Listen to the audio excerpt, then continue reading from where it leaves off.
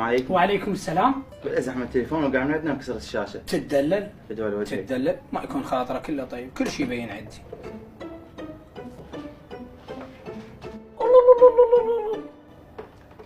ممكن اعرف سبب الانكسار شنو؟ وقع من عندنا وانكسر. حلو حلو، اجابة حلوة. شلون؟ سبب سقوط الجهاز على مستوى سطح الارض ايش قد؟ تقريبا مترين او مترين ونص. لا استاذ حبيبي، احنا ما جاي نلعب، لو مترين لو مترين ونص، هذا شغل دقيق. مترين ونص. اكيد؟ اكيد. حلو. هي جايبين عندي.